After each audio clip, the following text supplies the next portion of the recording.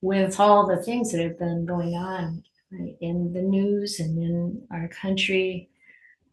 One of the things that we've been doing this past week, the three of us, is reading about Maha Ghsananda. And he was a Cambodian monk. I don't know if you can see this picture online, but this is a little book called Maha Ghsananda, the Buddha of the Battlefield.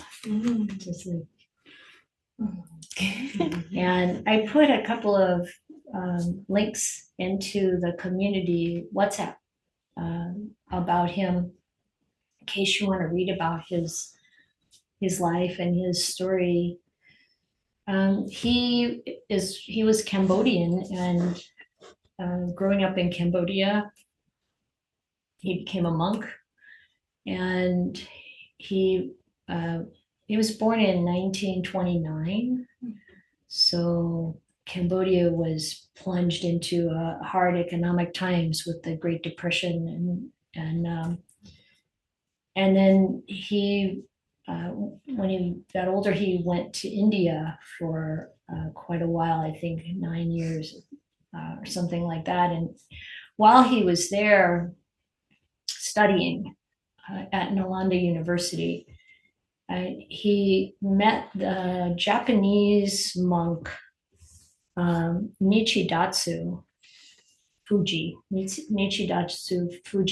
and he had studied and lived for a while with Mahatma Gandhi, and very much took in the way of nonviolent resistance. And while Maha Ghsananda was living in India, there was the time when Gandhi launched his salt walks, and in his collaboration with Nichidatsu, very much helped Maha Ghsananda develop an appreciation for nonviolent resistance and walking and being among the people.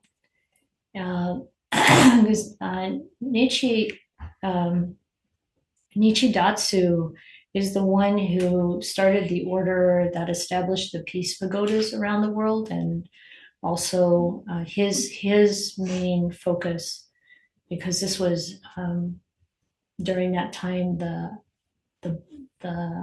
atomic bombs were dropped on Nagasaki and Hiroshima, and he made his life's work a response to that, and an effort to ban nuclear weapons, and so Maha Ghsananda had that influence in him. And then he went from India to a forest monastery in Thailand to live and to learn under a monk there. And while he was in Thailand, he began hearing the news of the war, coming into Cambodia from Vietnam, and the rising of the Khmer Rouge, the communist influence, and the fighting. And at some point, the news reached him that his parents had been killed, and all of his brothers and sisters, according to one account that is in the link that I think Adrian posted. He had 16 brothers and sisters, and they were all killed. And his friends, many of the monks and nuns that he had lived with and had known, were killed, and he cried every day. It said he cried every day, and he couldn't stop crying. And the abbot said, "You have to stop crying." I think there's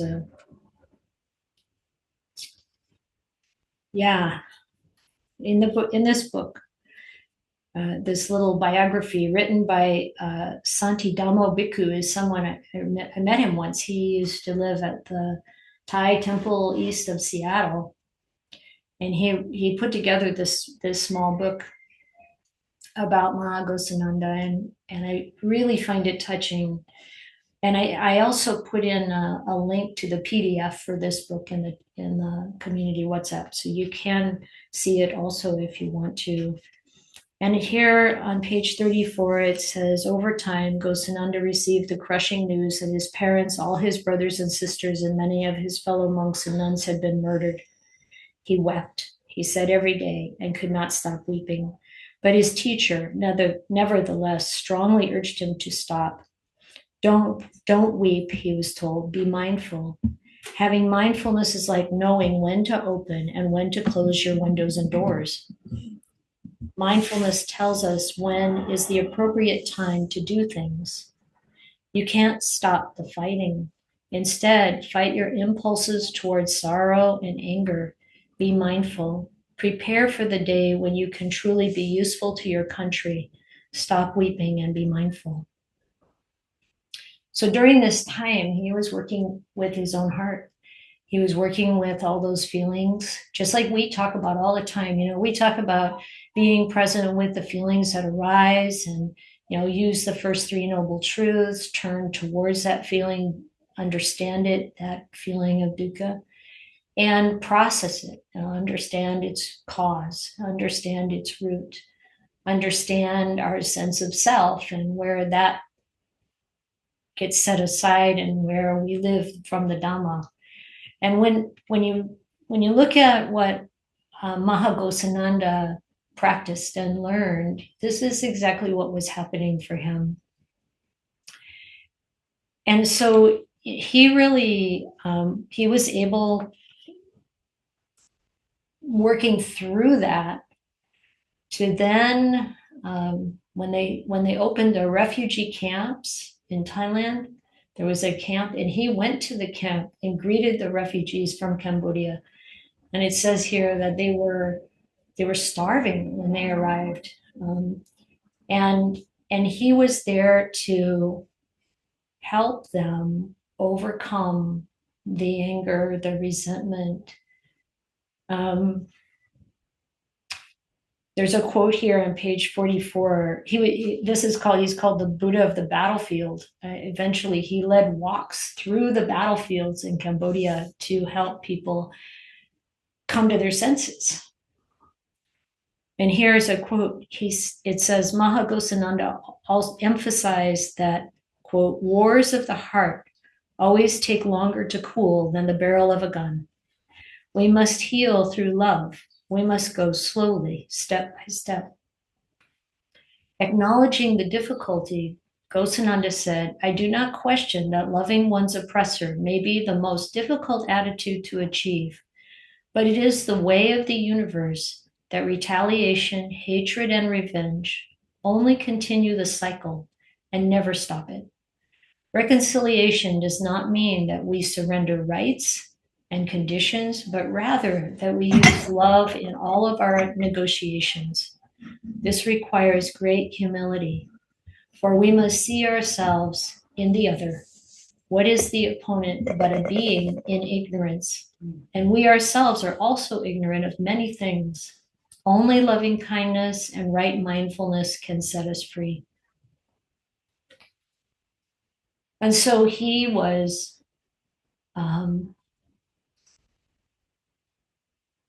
like this amazing inspiration to the people who came to the refugee camps.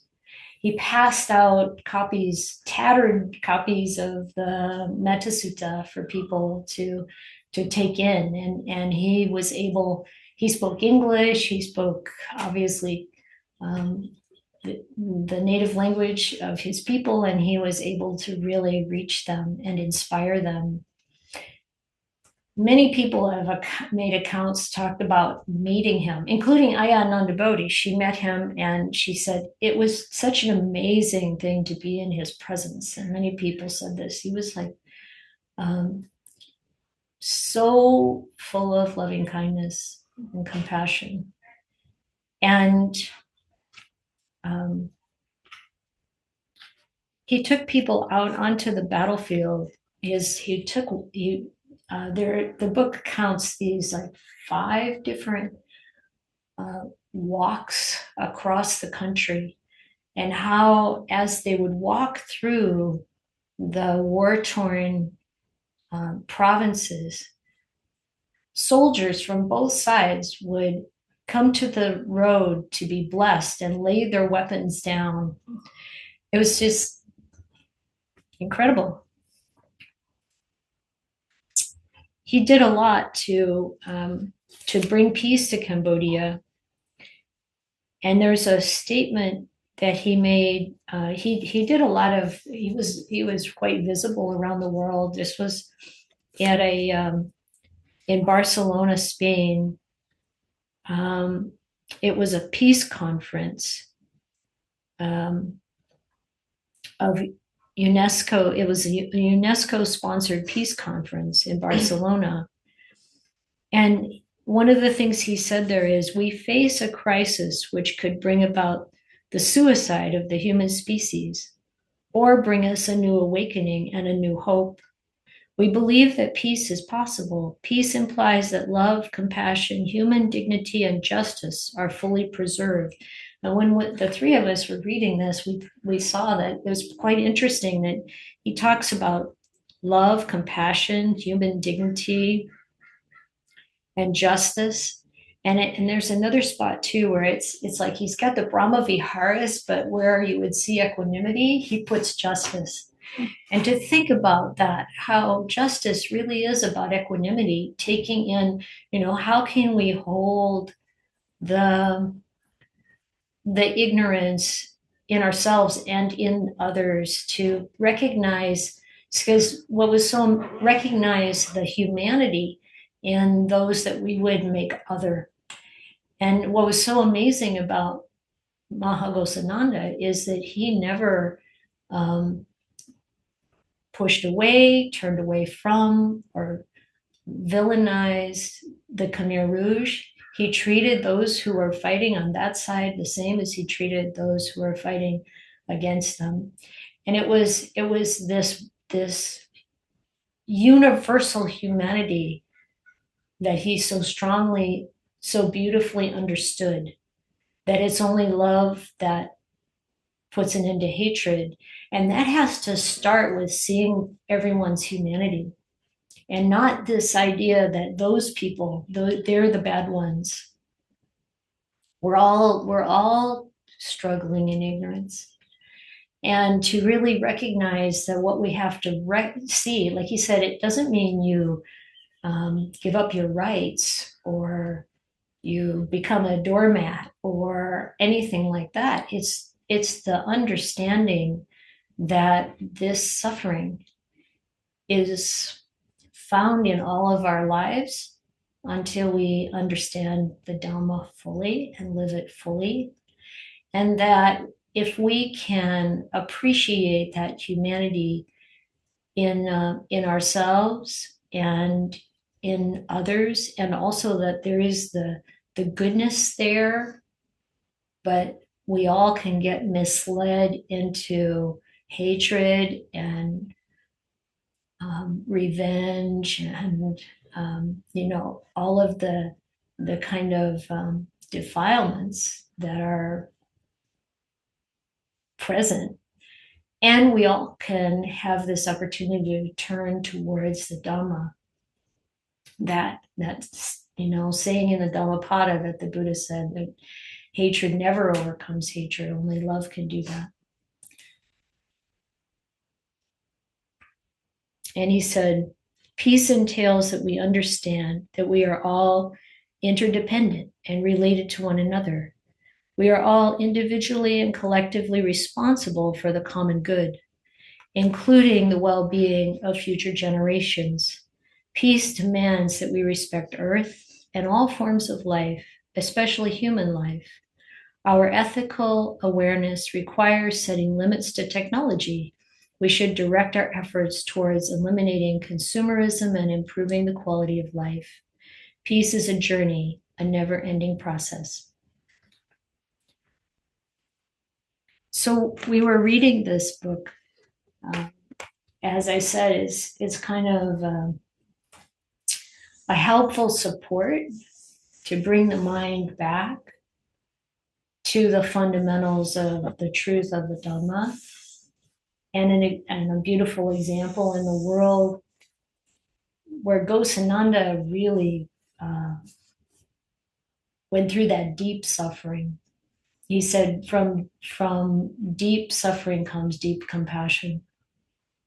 And to really come through that to a place where there's no ill will or hatred, this is really the sort of the epitome, you might say, of the goal of this practice. Like, what is compassion?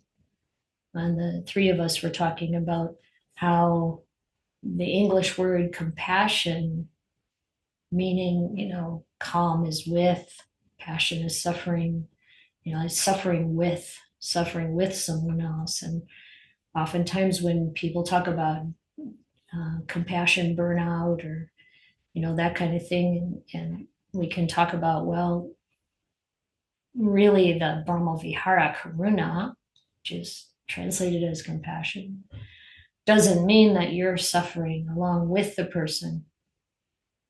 You're experiencing that compassion, that deep wish and intention for the suffering to end, and making, that effort naturally comes as a result to help the suffering end. But that's kind of a high goal, and that's what we come to, like Maha Ghsananda did, to karuna as a divine abiding, where you see the dukkha and you make steps towards bringing it to an end, really wanting it to come to an end, but not being drawn down into it. So this is what we practice all the time when we feel strong feelings, and we observe them and work with them, but not identify with them. There was a lovely image that actually came originally from Ajahn Punadhammo that Ayya Santussikā brought up during this last retreat that we taught. It's like you're sitting in the hut, you're sitting in your kuti or your dwelling, and outside there's this snowstorm and this incredible blizzard out there, and you're watching it through the door. You can see it all happening. And this is a way we hold our strong emotions, because they're not really self. We can get very caught up in them if we're not mindful. But mindfulness and clear comprehension helps us to observe them and hold them. Even though you feel it inside, it's different when the mindfulness is there. We're really observing, witnessing what's happening. So this is the ongoing practice, to witness how we identify with all kinds of things that are really just rising and ceasing constantly. Things that are not worthy of our attachment or are worthy of our life force, really, of our identification. So to be able to observe that storm from the peacefulness of the hut, that was an image we used a lot during the retreat last week. And to be able to see that even those extremely strong emotions that Maha Ghsananda was feeling about the loss of his family, and he said that the rivers of Cambodia are running with blood, which was true. That was happening. And to recognize that through his own processing, he could come to a point where he could really help the people. He did so much to bring peace and reconciliation to Cambodia, because the soldiers on both sides didn't really want to be fighting. And even the people who are doing the things that now in this country we feel are so harsh and heartless and wrong, it's like there are human beings there engaged in this. What is it that they're absorbing that causes them to forget the true nature of things? And it's not like Buddhists are the ones who know and nobody else knows what the true nature of things are. It's in every religion. And it's really natural to us. Unfortunately, also are the defilements, the confusion and the self preservation and the self um, gratification. So as we practice on small things, and then we develop the ability and the muscle to practice on big things. And we don't get to choose what comes through the door. We don't get to choose, like whether we're going to have some major event in life that really throws us into a deep practice, or these are minor things that help us just slowly build our ability, our stability, our resiliency. So we want to make use of everything that that in our life, to be present with our mental states, to be present with the circumstances that occur, and really try to understand, where is this really rooted? Where do these feelings come from? What is my perception? Is this the is how clearly am I seeing this situation? And when it comes to karuna, like I said, it's a divine abiding. So even if we are not yet able to view the circumstance that we're in from that place of really seeing it as an object, really understanding the suffering and how to help from a place of being healed ourselves, at least then when we notice that we are being drawn into the suffering, or that suffering in ourselves is being evoked, that what it is not, that's not the goal to suffer with. The goal is to really see that if I'm suffering, that's the indicator that there's something that needs to be healed in us.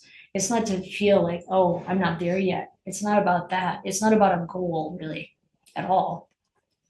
It's about using the First Noble Truth to see that this is an opportunity for me to learn, to heal, to develop, and taking care and paying attention to those feelings that arise.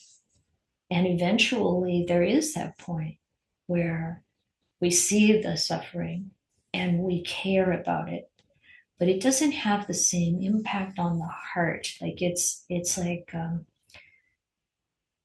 seeing the feeling is just feeling, like the Buddha said, and that this ability to act is so much more powerful and profound. And then there's another word in a Pali language, anukampa, which also gets translated as compassion. And it's generally seen in the suttas in places where there's some action to be taken. And in particular, when someone has the desire to be ordained, the request for ordination is to ask the potential preceptor out of compassion to ordain me. It's anukampa, out of that kind of compassion. And this word, the root of it is to tremble. It's like the heart trembles in resonance with the heart of the person wishing to ordain. The same word was used when the Buddha was, according to the suttas, was hesitating to teach after his enlightenment, thinking that it's going to be too hard for people to get this, such a subtle teaching, such a difficult to see teaching. And then Brahma Sahampati came to him, and he's out of compassion, out of anukampa, teach the Dhamma. It's like, and then this is like that trembling that is a resonance with the heart of the one who's suffering, with the people. But that resonance still, if their situation, it's like any preceptor, they know the situation because they themselves at one point wanted to ordain. and needed to have the help. You can't just ordain yourself. You need someone else, maybe 10 or 20 people to make that happen. And each one of them needs to be willing and wanting to do that. So there's that resonance through their own experience. It's through our experience of our own suffering and our own healing from it that we can really be present without any aversion, animosity, hatred, any kind of feeling of wanting to retaliate. Really come to it with love and and an earnest heart that resonates with the suffering that we see without being pulled into the mire, into the depths of that suffering. And then, every time I say something like that, I also want to say to never feel bad in any way about what happens when we are feeling that suffering. It's just an indication of what to do next. That step to take care of our own heart, to heal, to support. And sometimes that's very interleaved, that not all our healing is complete before we enter the battlefield. Fortunately for Maha Ghsananda, with the encouragement of his teacher, was, you'll have a chance. You've got to do this work first and then enter the battlefield. And he had such an incredible impact on people, like thousands of people waiting by the road to offer water and incense for blessing them, regardless of what side they're on. Beautiful, powerful. Dhamma. He was reminding the people of the Dhamma. And that's what really brings that peace and light back into the darkness. So I'm going to stop there and invite you to comment or ask questions. I want people to see online. Okay. The picture. It's just so sweet. Aww. Yeah.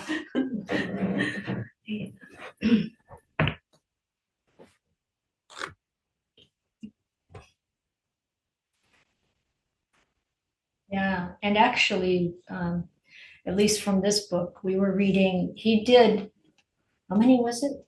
4, 5, 6 different walks. times. And one of them was, they could hear the fighting, but then they got to a point where they were going through this forest.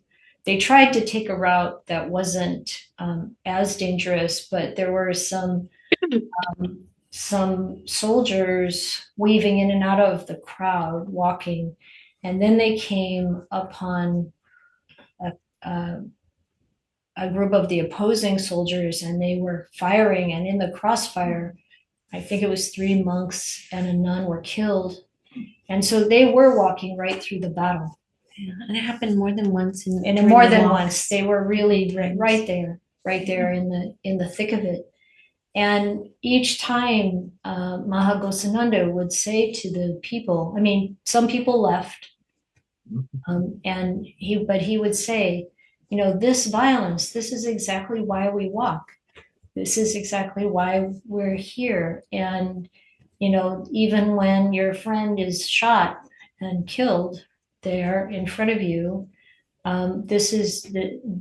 for them, this was strengthening their resolve to continue. And so I think those moments, I hear what you're saying about the moments being different, and also that these moments meet.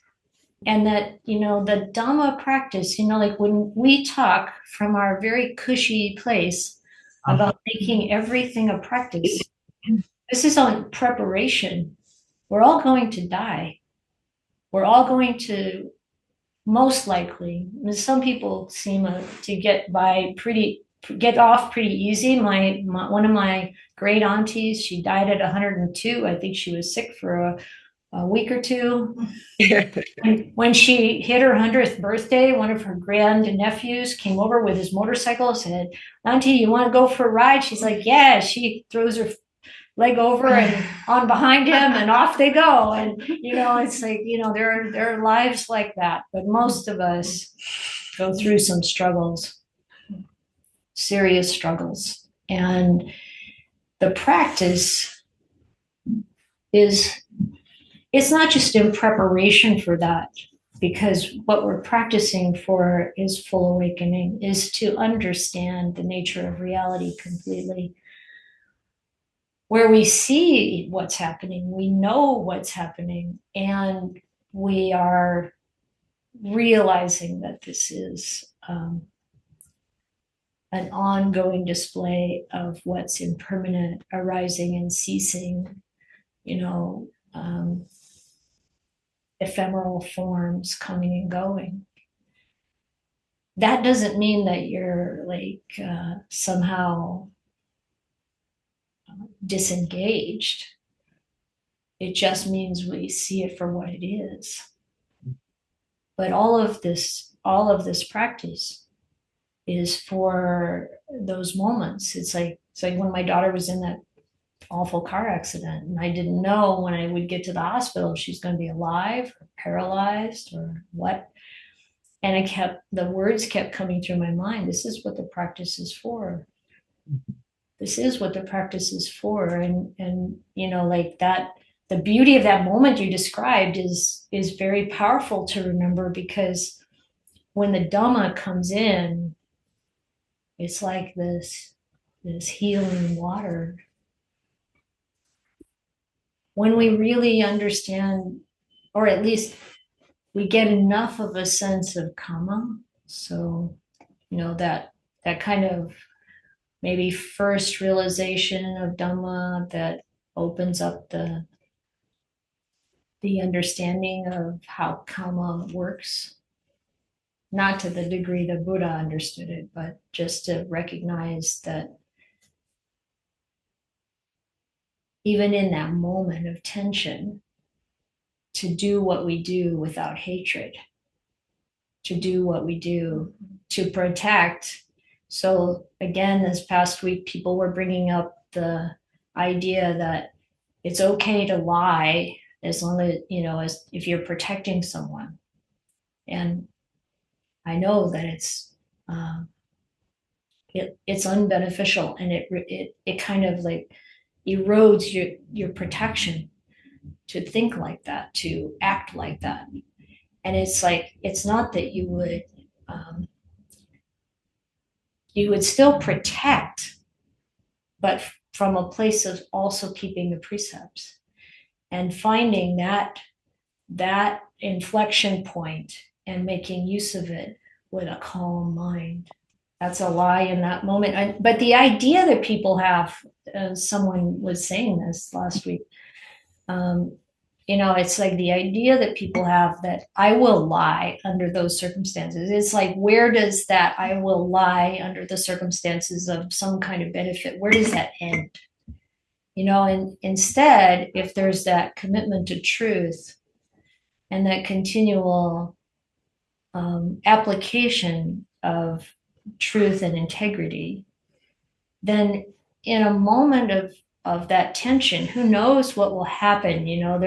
There's a response, or who knows what the possibilities are for responding that still maintains that protection. Of course, you're going to be protective, and there's probably options that you can use that are not lying, but you may not need to ever really, that may not be the way it works out. And if it does, and someone tells a lie in that moment because they don't see another option, that's different from coming to it with, under this circumstance, I would lie.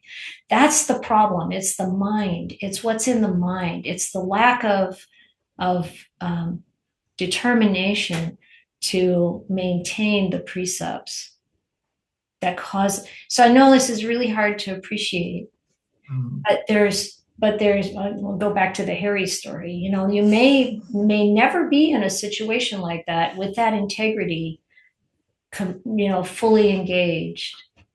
And without that clarity and commitment,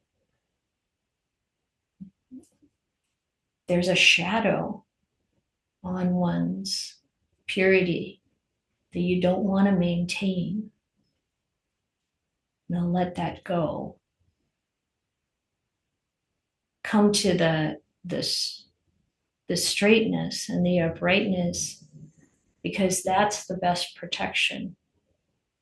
And then there's that very strong likelihood that no one ever comes to the door, because there's a way of that being embodied. I know it's hard to all mesh, you know. But it's even like, just saying, instead of like, no, there are no Jews in my basement, you say, I don't have anything shameful to hide in my basement. And then it's not a lie. Jews are not shameful. It's like, I have nothing to be ashamed of in my basement. I have nothing to. I know someone who remembered a past life in Austria where they casually revealed where some Jews were hiding. See, that's the opposite. That's the opposite, like the other side of the coin, where there's no integrity there, right?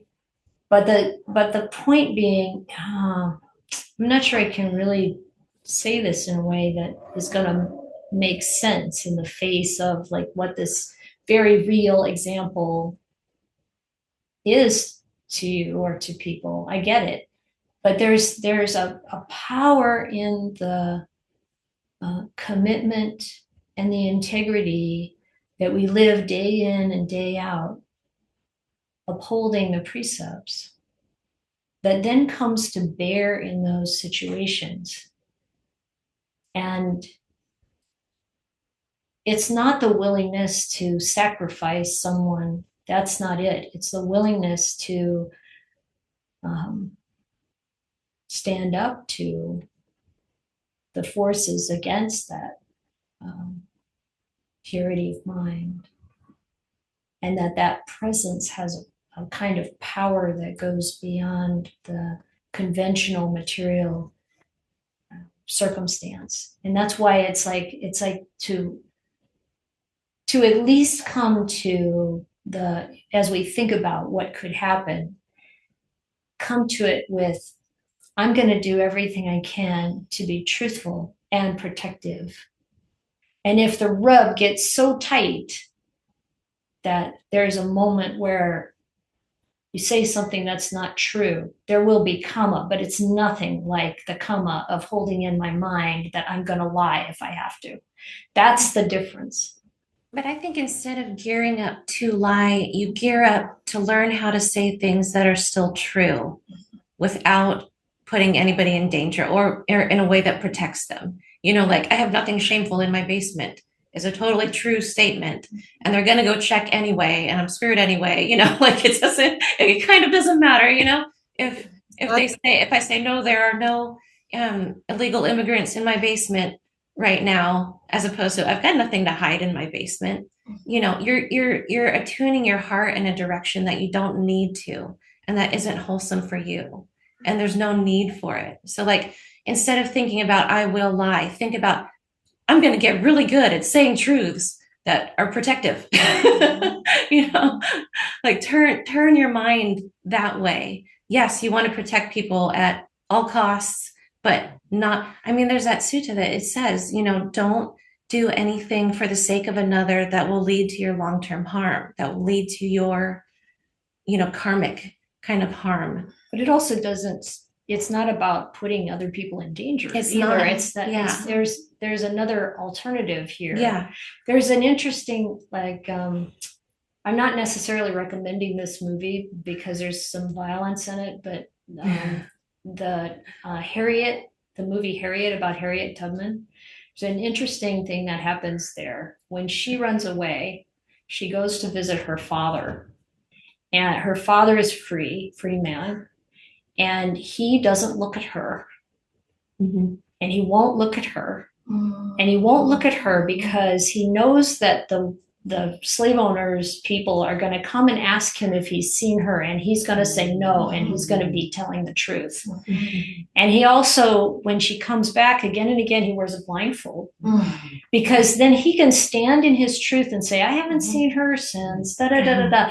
And it's like that standing in his truth will convince them also. It's like the smell of a lie can be noticed. And so it's like there's more to this than this black and white. And it's just important for our own development to develop from the side of, I'm going to maintain my integrity and I'm going to find a way to protect. It's going to do both. It's not one or the other. Not think in the it's this or that, because most circumstances have other possibilities, just to kind of plant that seed. Val's got. She's been waiting for. Oh, Val first, and then No, James. you've been waiting longer, Val. Yeah. So I think a lot about It's okay. It's okay. They see.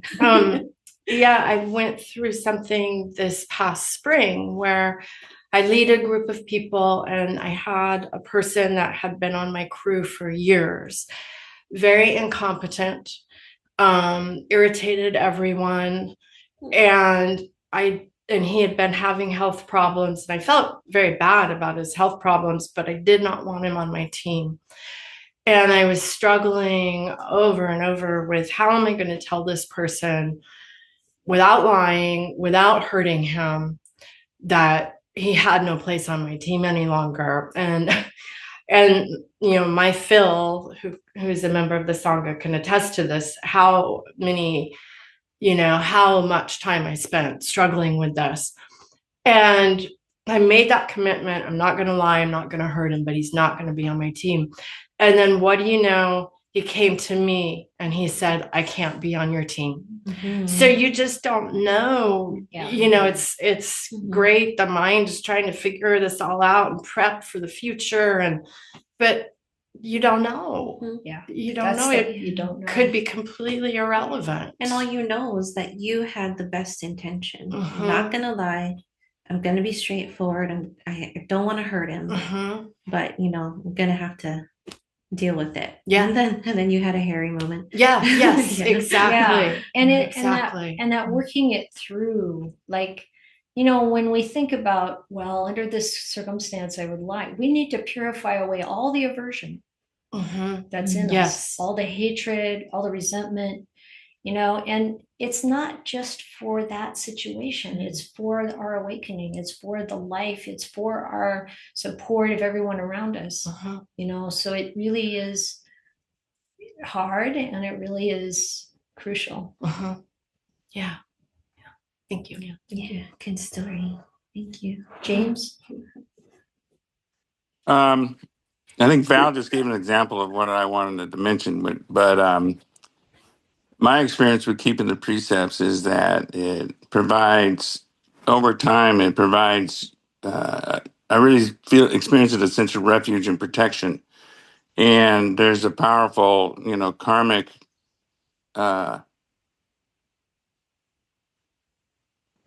result of that, such that in a situation when you have that much karmic momentum and you develop some wisdom and commitment to the Dhamma, when you're in situations which require tough decisions and require them quickly, my feeling is that the wisdom arises of how to handle it, and it's due to the practice itself.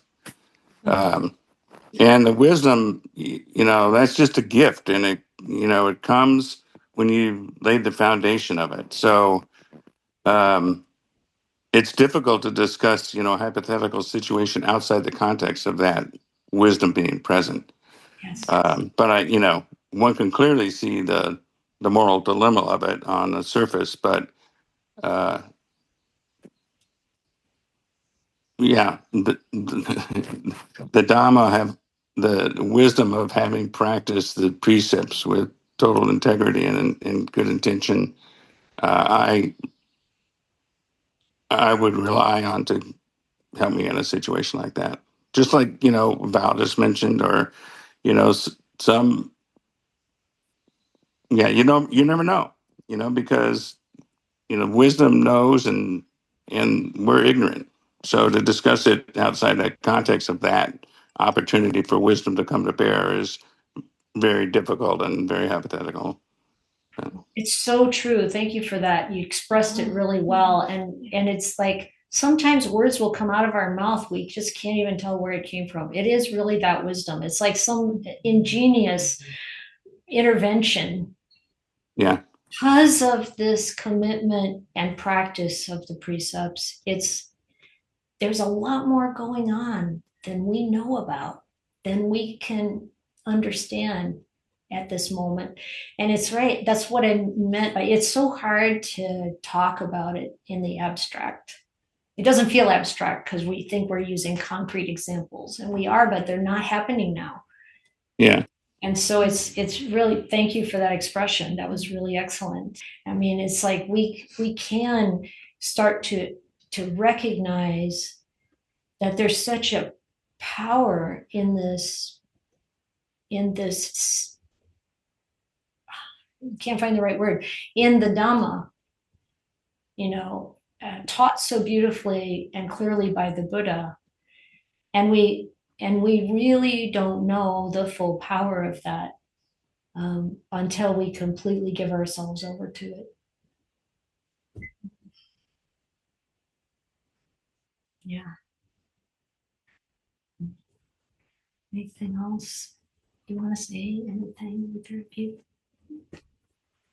It's a really tricky question that I think comes up a lot. And one way I've heard it approached is, what is your intention? And is your intention good? Are you lying to get something for yourself, or are you lying to prevent suffering of someone else?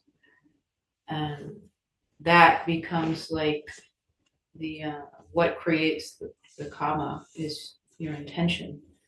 And so if it's virtuous, then not to say there won't be karmic results that are negative, but you recognize that and you're willing to take it on. But if it's something related to the 8 worldly concerns and it's just for you, then nothing good will karmically come of that decision to lie. So to really, it's not just the action itself, but what is the intention behind it? I mean, certainly the Buddha talked a lot about intention and the importance of it, but that's it. See, if we really look at intention, then we look at right intention, and that's renunciation, kindness, and compassion.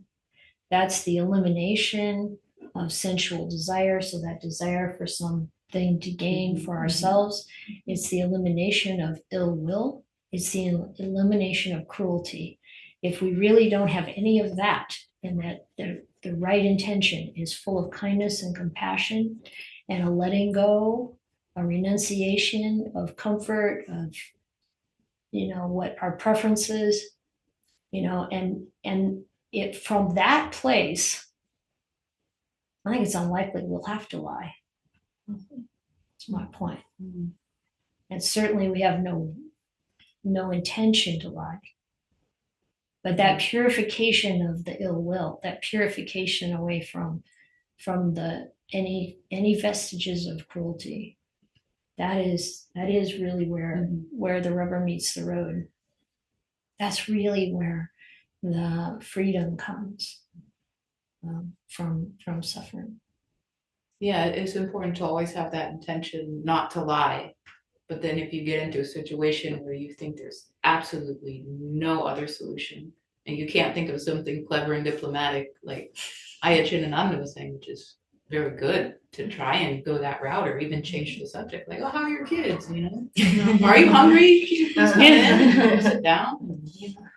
Or it's gonna rain. Do you have an umbrella? Just if you really couldn't do that, then just be clear. Like, I'm gonna do this, but my intention is good. It's not out of self-interest.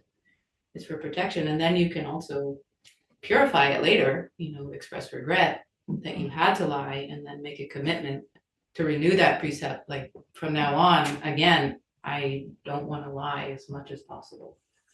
So to get back into that ethical track, you know, like not like that person, oh, I've lied before, I'll do it again. Be like, no, I had to lie and I really wish I hadn't.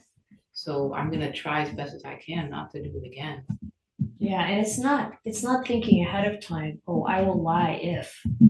Because if we do that, that's really eroding the integrity, that there's like, where does it end? You know? And then to really come to it with, I'm gonna stick with the truth, like Val was talking about, and you're like, I'm gonna speak the truth. I'm not gonna hurt him, and he's not gonna be on the team. And it's like, how is it possible? The thinking mind can't figure out how all of that can coexist. And this is my point about, it's not so definite. It's not so cut and dried as either I lie or I reveal where someone's hiding. It's like, no, don't think in those terms. Those are the wrong terms to prepare ourselves with.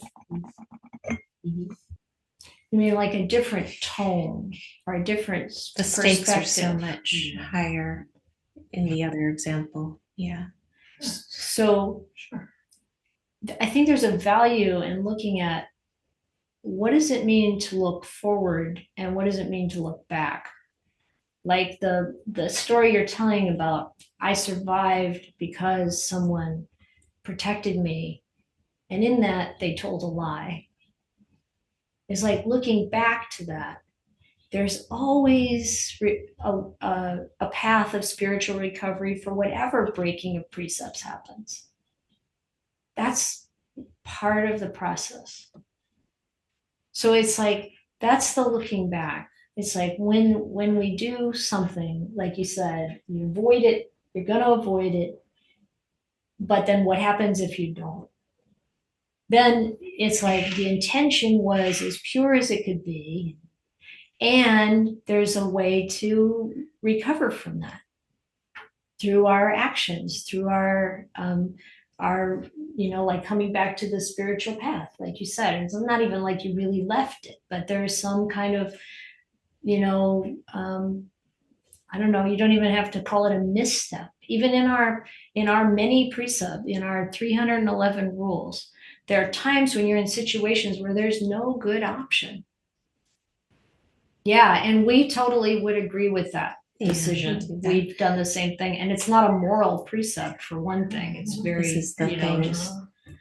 just convention. Mhm. But even with a moral precept, when you get into a situation like that and something happens, then you confess. And but if you come to like, well, if it's not convenient, I'll just confess it, then that's where the problem is. Mhm. So if you're looking forward, you're doing it with this integrity. And then when you're in the situation, maybe there's no good option and you make a choice and you pursue that path of spiritual recovery for that choice. And it's not even like there's no need to feel guilty or bad. It's just like, there's this situation, this is how I handled it. Maybe when you confess, you talk with the person about, how could I maybe do this differently if I come up against this again. But it's not, when I'm saying that it's so important to keep the precepts and to have that intention in mind, it's also important not to overlay our conditioning that's so punitive and commandments that are broken and going to hell and all that stuff. It's so important not to put that on top of it, but to recognize that there's a difference between purifying that intention and going forward with that commitment, and then dealing with the situation in real time and looking back and working through it. Does that make sense? But even so, like what I was talking about, this sutta of, you don't do anything that's going to lead to your harm for the sake of another. It's not without compassion. It's you have to figure out how to have both. How to not hurt your integrity, your own And yourself. your own like strong standing in the Dhamma, in the I'm going to not do anything immoral, and how to help the other person in the situation. It is not without compassion. It's just you have to sneaky. And I like to think that you never have to lie. I feel like silence is an option. If you're in a really hard spot and somebody's like really confronting you and you can't think of a good thing to say that's also true, you don't say anything, and whatever happens will happen still. So it's like, it really depends. When it's something so big like the Holocaust or the immigrants getting thrown in Venezuelan prisons for no good reason, or where is it? Not Venezuela. It's There's a few places. El Salvador. That's it's like these are like really high stakes things, and I don't think any one of us here has run into any of that personally yet. And the fact that it could happen, it's a possibility. And I still like the idea of preparing to say things that are true in ways that are, that are gonna keep people safe, but are still true. So, Yeah, I think the reason I emphasize it so much is because we can't really, from our normal seeing, from the sense of self, from the worldly conventions, recognize the protective power that's there if we have that commitment. So just wanna, thank you for the conversation, everyone.